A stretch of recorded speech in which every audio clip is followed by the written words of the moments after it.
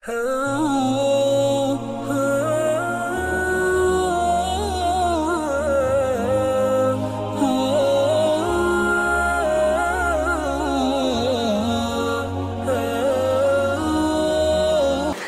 باب ہے آپ صلی اللہ علیہ وسلم کی رات کا قیام، رات کے تہجد کے حوالے سے،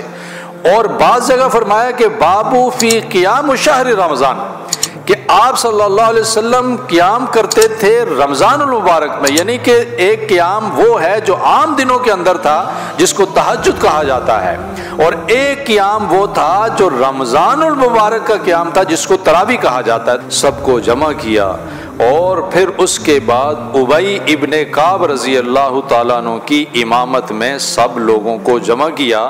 اور کہا کہ اب آپ اس امام کے پیچھے 20 رکعت تراویح پڑھیں۔ وقال رسول اللہ صلی اللہ علیہ وسلم من قام ایمانا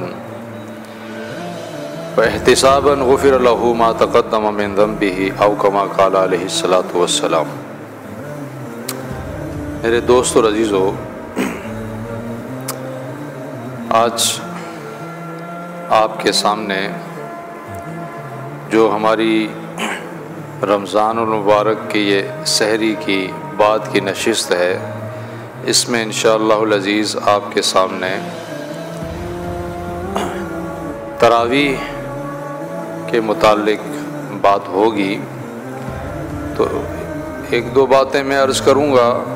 اور اس کے بعد پھر میں اپنی بات کا جواب آپ سے طلب کروں گا۔ تو گویا ہماری آج کی بات کا خلاصہ یہ ہے کہ آپ نے غور سے بات سن کر پھر اس کا جواب دے۔ تو پہلی بات تو یہ کہ یہ جو تراویح ہے یہ آپ صلی اللہ علیہ وسلم نے فرمایا کہ من قام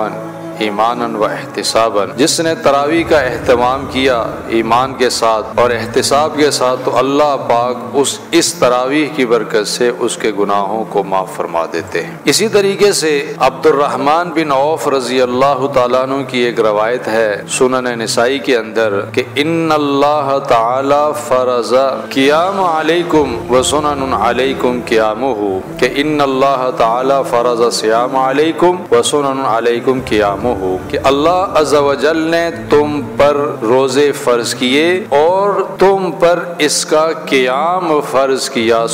سنن علیکم قیامہ، اور اس کا قیام تمہارے لیے سنت قرار دیا۔ اس لیے تراویح سنت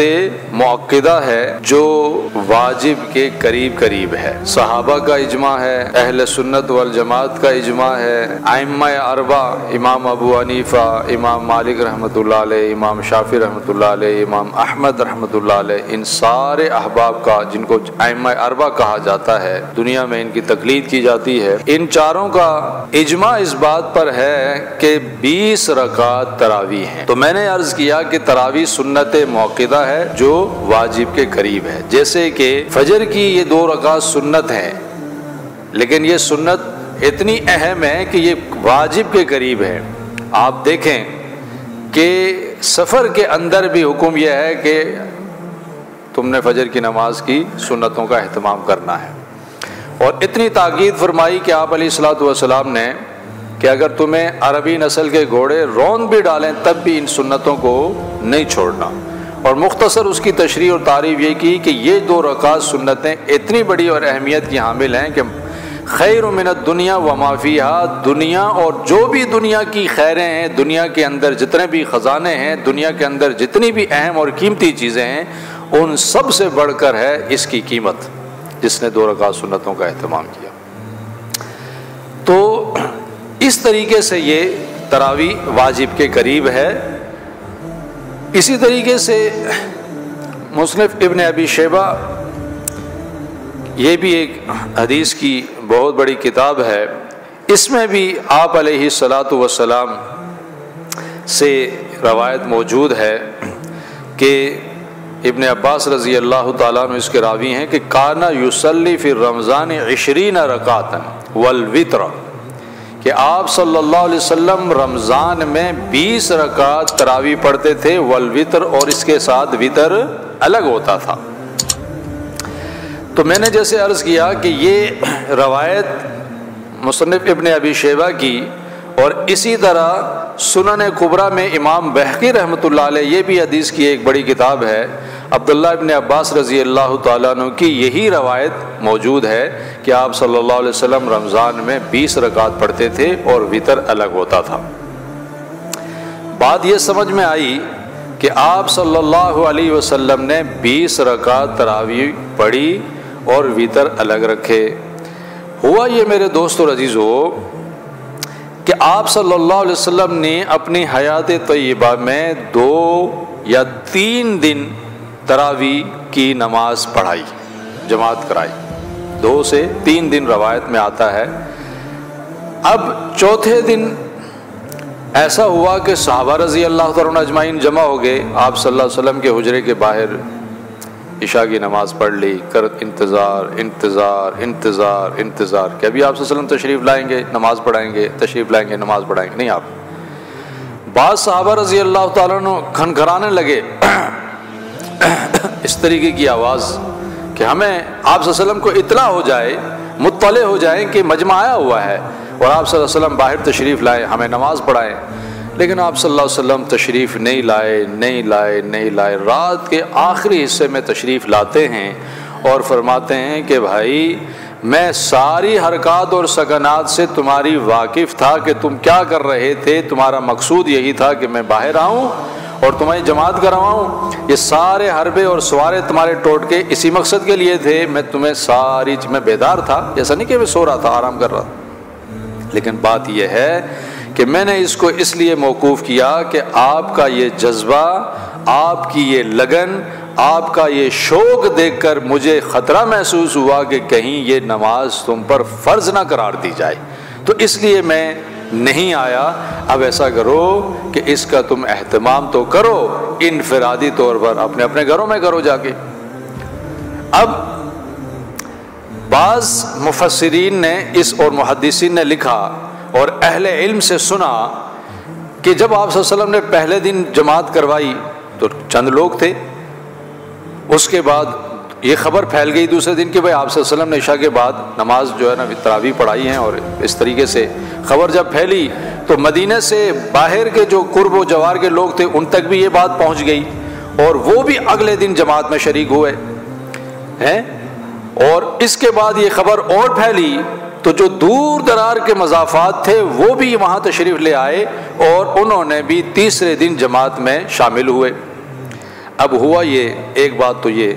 کہ ظاہر ہے جو وقت تو ایک متعین تھا نہیں کہ بالکل اس ٹائم یہ تراویح جیسے ہمارے ہاں ہوتا ہے، وہ وقت تو متعین تھا نہیں۔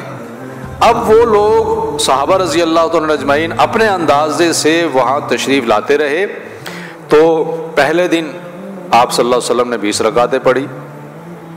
دوسرے دن جو صحابی کچھ پہنچے تو ان کو کچھ 12 رکعتیں ملی، تیسرے دن ایسے لوگ آئے کہ ان کو 8 رکعتیں ملی، تو انہوں نے پھر اپنے اپنے انداز سے اس کو تعبیر فرمایا یا بیان کیا۔ لیکن ابن عباس رضی اللہ تعالیٰ عنہ کی یہ جو روایت میں نے آپ کے سامنے بیان کی، یہ خود مفسر قرآن ہے اور آپ صلی اللہ علیہ وسلم کے گھر کے فرد ہیں، اور خود آپ صلی اللہ علیہ وسلم نے ان کے لیے مفسر قرآن اور علم کی دعا فرمائی ہے، یہ گھر کے فرد تھے۔ یہ 2 جگہ روایت کرتے ہیں کہ کانا یصلی فی الرمضان 20 رکعتا والوتر، کہ آپ علیہ الصلوۃ والسلام رمضان میں 20 رکعت تراویح پڑھتے تھے، والوتر اور وتر الگ ہوتے تھے۔ میرے دوستو عزیزو دیکھیں 2 باتیں ہیں۔ ایک بات یہ ہے کہ محدثین نے جہاں احادیث کی تشریح فرمائی تو اس سے پہلے ایک عنوان باندھتے تھے کہ آج، جیسے میں نے آپ سے عرض شروع میں کیا کہ آج میری بات کا عنوان یہ ہے، میں آج اس موضوع پر آپ سے گفتگو کروں گا۔ تو ایسے محدثین نے جو احادیث نقل کی ہیں اس سے پہلے ایک باب باندھا ہے کہ جو نیچے اب حدیثیں آپ کے سامنے بیان ہوں گی وہ کس عنوان سے ہوں گی۔ تو ایک باب آتا ہے جس میں آپ علیہ الصلوۃ والسلام کے متعلق فرمایا کہ باب قیام اللیل، یہ باب ہے آپ صلی اللہ علیہ وسلم کی رات کا قیام، رات کے تہجد کے حوالے سے۔ اور بعض جگہ فرمایا کہ باب فی قیام شہر رمضان، کہ آپ صلی اللہ علیہ وسلم قیام کرتے تھے رمضان المبارک میں، یعنی کہ ایک قیام وہ ہے جو عام دنوں کے اندر تھا جس کو تہجد کہا جاتا ہے، اور ایک قیام وہ تھا جو رمضان المبارک کا قیام تھا جس کو تراویح کہا جاتا ہے۔ تو دونوں چیزیں کیا ہو گئی؟ الگ الگ ہو گئی۔ اس لیے کہ قیام اللیل اور قیام الشہر رمضان اللیل یہ دونوں چیزیں الگ الگ ہیں، کہ رمضان کا قیام اور عام دنوں کا قیام۔ تو عام دنوں کے قیام کو عام طور پر آپ علیہ الصلوۃ والسلام کا یہ قیاس کیا کہ بھئی 8 رکعتیں پڑھتے تھے، تو وہ 8 رکعت عام دنوں کی رکعتیں ہوا کرتی تھی۔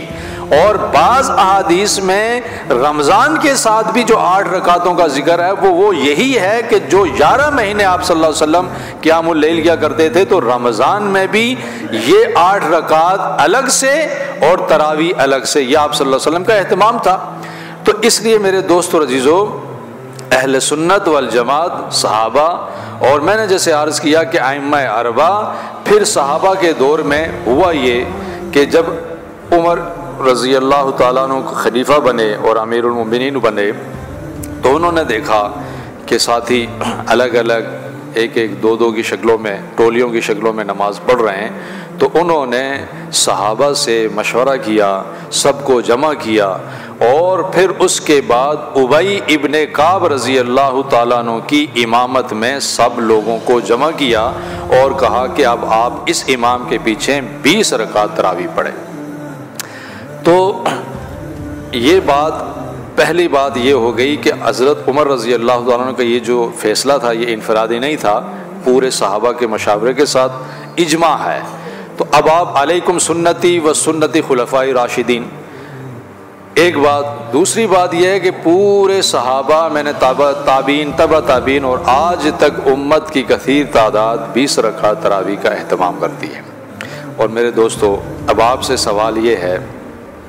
دیکھو ہم 2 رکعت فرض پڑھتے ہیں فجر کے، اور عشاء کے وتر تک ہم جاتے ہیں، تو یہ رکعتیں بنتی ہیں 20، گن لینا بعد میں، یہ 20 رکعتیں بنتی ہیں۔ آپ صلی اللہ علیہ وسلم نے فرمایا کہ سنن اور نوافل کا اہتمام کرو، کیوں کہ تمہارے فرض میں اگر کوئی کمی رہ جائے گی تو کس سے پوری کی جائے گی؟ سنتوں سے اور نفلوں سے کی جائے گی۔ تو میں نے عرض کیا کہ 2 رکعت فرض سے لے کر وتر تک 20 رکعتیں بنتی ہیں، بعد میں گن لینا۔ تو 20 رکعت تراویح ہوئی تو 20 رکعت یہ آپ کی اگر کوئی کمی ہوئی تو پوری ہوگی۔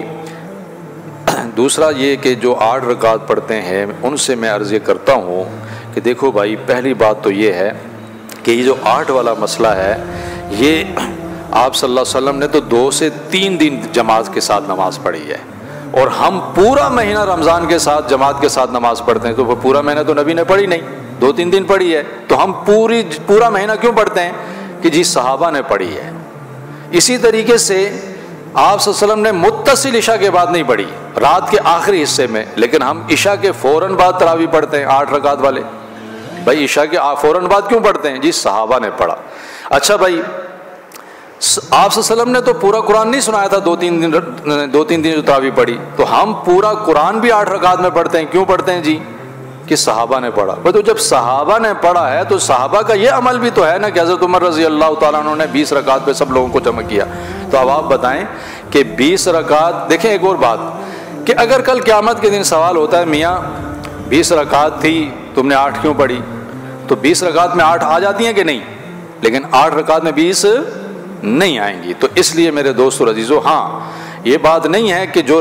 8 پڑھتے ہیں ہم کہتے ہیں کہ جی غلط کرتے ہیں، لیکن یہ ہے کہ یہ اہل سنت والجماعت اور ائمہ اربعہ اور اجماع جو ہے وہ اس بات پر ہے کہ 20 رکعت تراویح ہوں، اور جن کے ہاں 8 رکعت ہوتی ہیں وہ پڑھتے ہیں، وہ برا نہیں ہے، ان کے لیے کوئی ایسی بات نہیں ہے کہ جناب وہ غلط کام کر رہے ہیں، جنہوں ان کیسا نہیں۔ لیکن ایک ایسی مسجد میں جہاں پر 20 رکعت تراویح ہوتی ہوں اور وہ 8 پڑھ کے نکل جائیں تو یہ ذرا غلط بات ہے، اس لیے کہ اس سے دوسرے نمازیوں پر غلط اثر پڑتا ہے،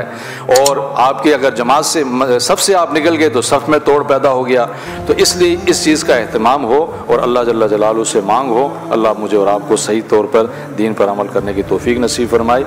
وما علینا الا البلاغ۔